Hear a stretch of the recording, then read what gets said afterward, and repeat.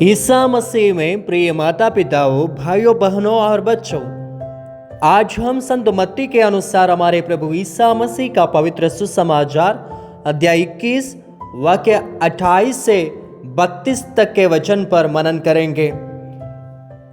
इस दृष्टांत में यीशु उन धार्मिक अगुओं, फरीसियों और सदूकियों को संबोधित करते हैं जो उसकी शिक्षा को अस्वीकार कर रहे थे। वे मंदिर में यीशु से उसके अधिकार के बारे में पूछते हैं और उसके उत्तर से संतुष्ट न होने पर यीशु ने यह दृष्टांत सुनाते हैं। एक पिता के 2 पुत्र थे। वह पहले से कहता है, जाओ दाख की बारी में काम करो।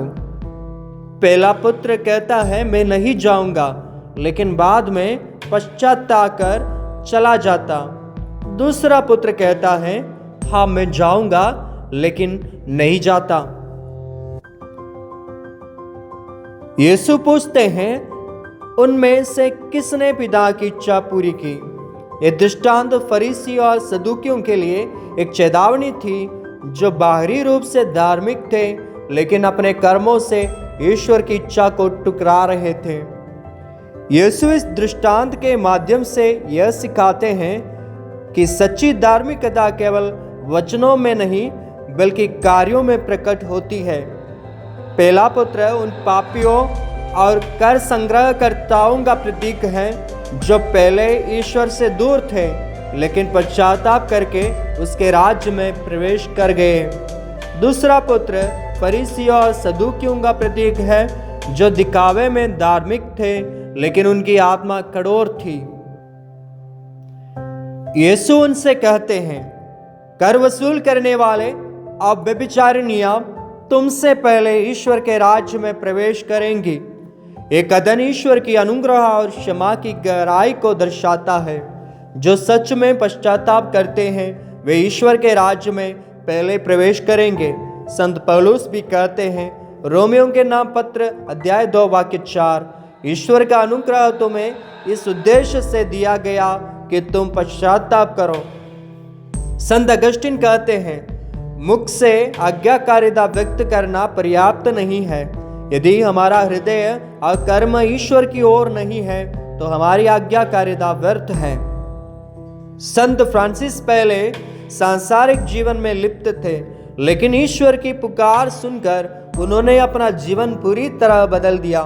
उन्होंने सच्ची आज्ञाकारिता का प्रदर्शन किया, ठीक उसी तरह जैसे पहला पुत्र। पोप फ्रांसिस कहते हैं, सच्चा क्रिस्तीय वह नहीं जो केवल प्रार्थना करता है बल्कि वह है जो गरीबों, जरूरतमंदों और पीड़ितों की सेवा करता है। यह दृष्टांत हमें केवल शब्दों में नहीं बल्कि कर्मों में भी ईसाई बनने का निमंत्रण देता है। यीशु के दृष्टांतों का उद्देश्य हमें स्वर्ग के राज को स्वीकार करने और उसके अनुसार जीवन जीने के लिए आमंत्रित करना है। हम आत्मनिरीक्षण करें, क्या मैं केवल बोलने वाला क्रिस्तीय हूँ या वास्तव में ईश्वर की इच्छा पूरी करता हूँ? क्या मैं पश्चाताप करने के लिए तैयार हूँ या अपने अतीत में अटका हुआ हूँ? क्या मैं गरीबों, जरूरतमंदों और उपेक्षितों की सेवा कर रहा हूँ? आइए व्यावहारिक कदम उठाते हुए हम प्रार्थना करें, ईश्वर से शक्ति मांगे कि हम अपने कर्मों से उसकी इच्छा पूरी करें। हम पश्चाताप करें।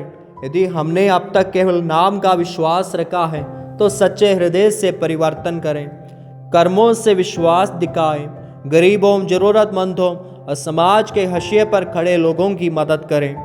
यीशु हमें सिखाते हैं कि केवल शब्दों में ईश्वर को मानना पर्याप्त नहीं है, हमें अपने कर्मों से उसे प्रदर्शित करना होगा। ईश्वर उन लोगों को अपनाते हैं जो पश्चाताप करके उसकी ओर लौटते हैं, चाहे वे कितनी भी दूर क्यों न गए हों।